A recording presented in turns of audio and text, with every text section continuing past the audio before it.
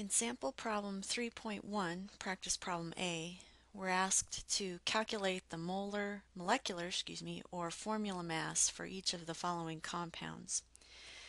The words molecular mass and formula mass are synonyms, and in your text they also include the word molecular weight as being a term that has the same meaning as these two terms.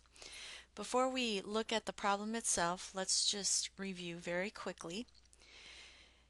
We know that the formula or molecular mass of a compound is the sum of all the masses of all the atoms in a molecule or a formula unit of a compound.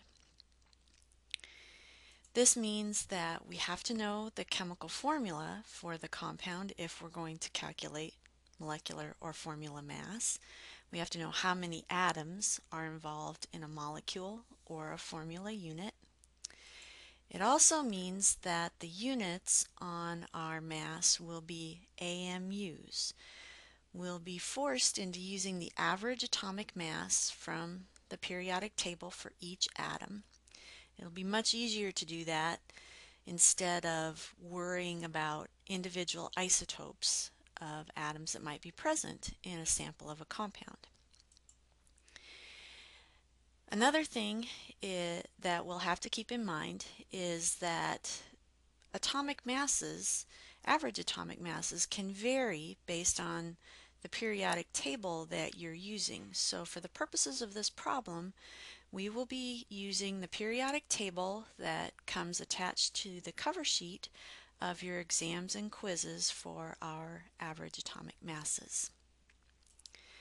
Part A asks us to work with the compound magnesium chloride, and the authors of the text were very generous. They gave us the chemical formula of magnesium chloride as MgCl2, but based on your work in Chapter 2, if you see the name magnesium chloride, then you should be able to write the chemical formula for that compound and figure out that it is MgCl2. Within this compound, we see one magnesium atom, and that magnesium atom has a mass of 24.31 atomic mass units. We also see two chlorines, which have an average atomic mass of 35.45 AMUs. And since we're just talking about the sum of the masses of all the atoms, we arrive at a value of 95.21 AMUs for the molecular or formula mass for magnesium chloride. Significant figures can be applied to this problem, and we've done some multiplication as well as some addition.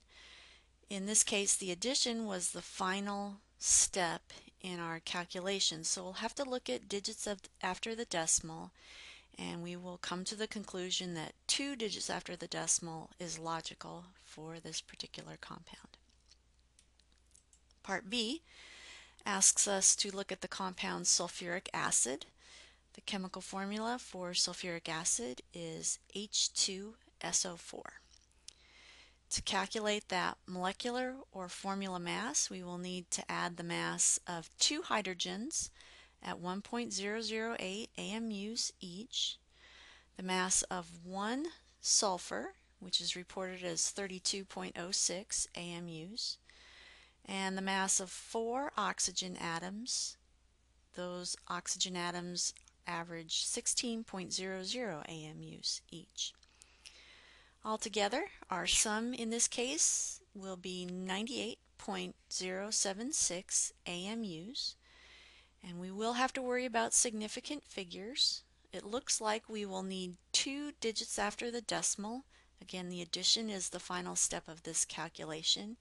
And if we report this mass to 2 digits after the decimal, we will have to round it to 98.08 AMUs. Last part of the problem asks us to look at the pain reliever ibuprofen, and this chemical formula is C13H18O2. For this one, we would have had to be given the chemical formula. Again, we will add the masses of all the atoms, 13 carbon atoms. Each carbon atom has an average mass of 12.01 AMUs. 18 hydrogen atoms, each hydrogen at 1.008 AMUs, plus 2 oxygen atoms at 16.00 AMUs. Our sum ends up being 206.274 AMUs. And again, we'll have to round to 2 digits after the decimal point for this particular molecular or formula mass, and that means we will round to 206.27 AMUs. So here's a quick summation of all of the values that we calculated for this particular practice problem. At this point, you should take a few minutes to look at practice problem B.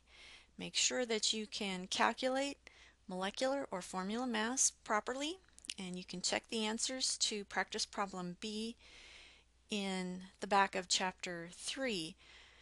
Before we leave this, I would like to say that the values that you see here may differ slightly from what's given as solutions in the text, and that difference comes from which periodic table is used to determine the molecular or formula mass.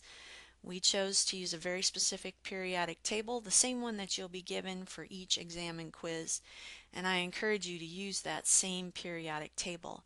The differences in mass that you may see will not be significant, but sometimes the last digit may vary by 1 unit.